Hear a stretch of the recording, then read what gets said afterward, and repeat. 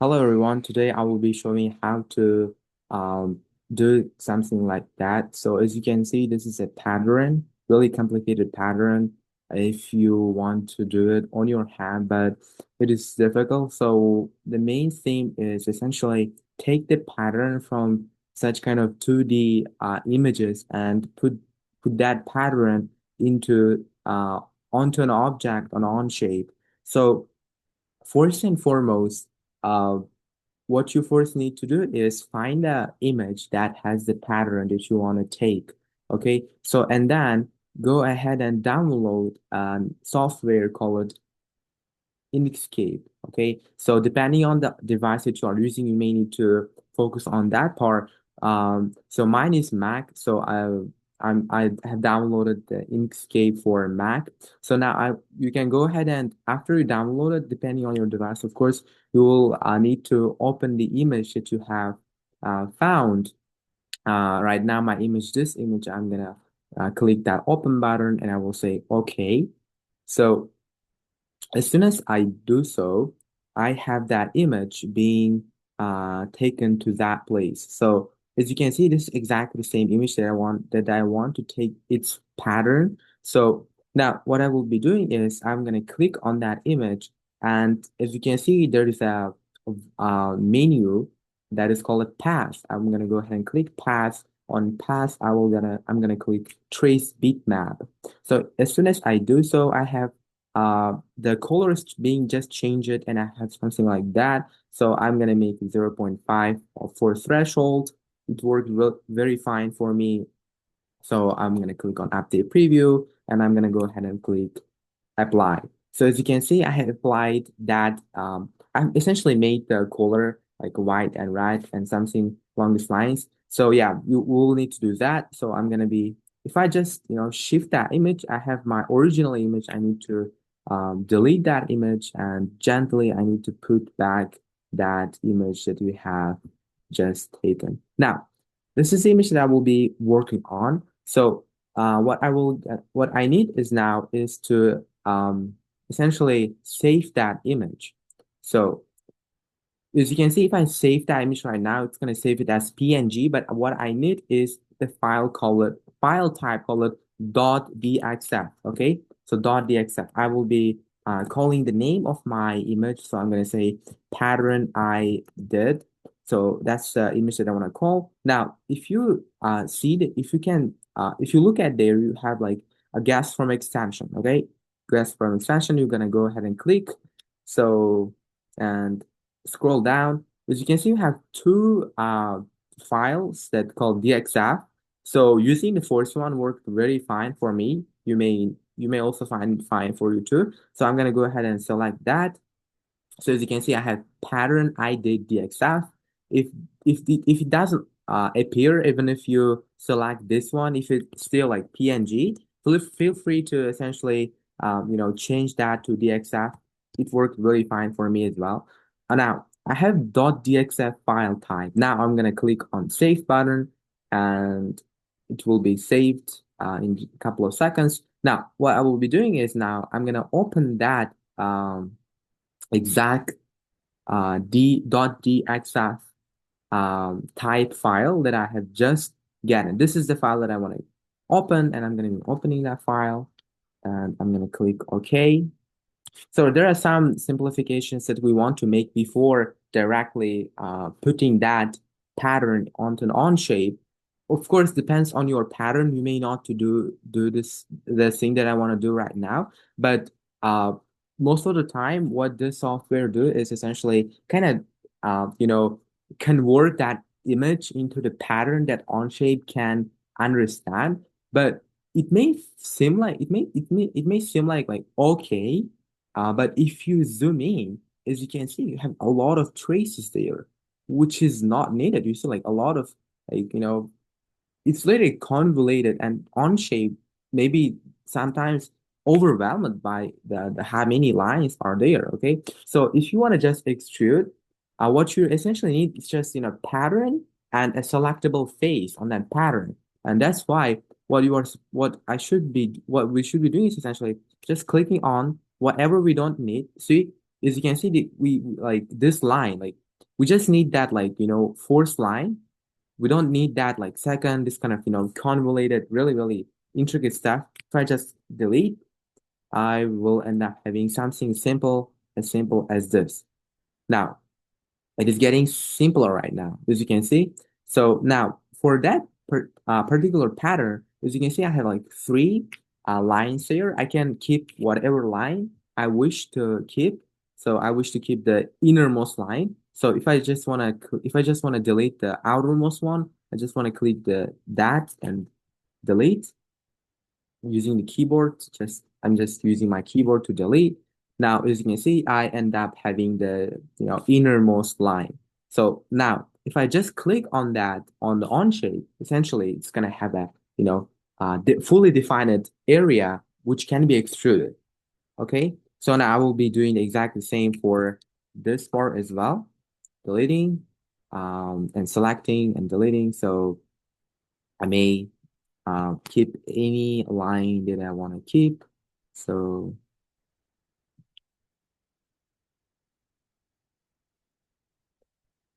now you should be careful because you want to keep the lines that makes perfect sense for your particular situation. You may not be having exact same situation as me, so a lot of things are going on. Just try to make it as good as it can be. So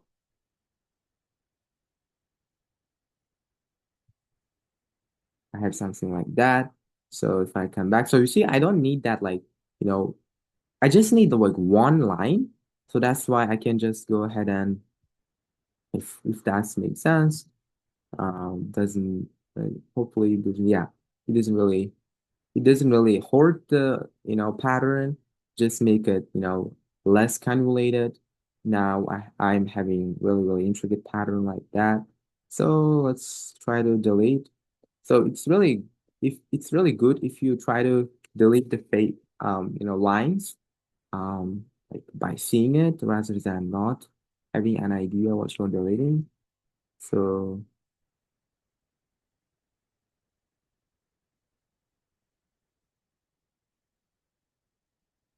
sure. Now I'm having something like that. So I can essentially go ahead and delete one line of that shape as well. Yeah. So as you can see, it's simple and really, really important step that I wanted to take before. I didn't know this feature before, this software. I just, directly put my file on Onshape and ended up having really, really, you know, messy stuff that is not workable at all. So I'm gonna go ahead and uh, select the line that I want to have. May seem like a little bit time consuming, but it really worth it if you really want some complicated shapes to be extruded on a solid on Onshape. Now, as you can see, I essentially done with deleting the stuff that I don't really need. So as you can see, I have only one line, one row of line that essentially does the job. Essentially, I'm really done. Now, how to essentially put that thing now to Onshape? So again, I will be saving my um I'm gonna say my file again. I'm gonna say pattern I did. I'm gonna say save. I'm gonna replacing it with the existing one. It may take a couple of seconds. Now it is done. Actually, we are done. Now what I will be doing is going ahead and opening a new file to show how to I'm gonna be creating a new document. I'm gonna say uh, pattern I did pattern tutorial. So create a public document. So the reason why I'm named pattern I did is just to follow along all the names that I have already given. Right now I have that one, so I'm gonna be opening a new sketch on the front plane.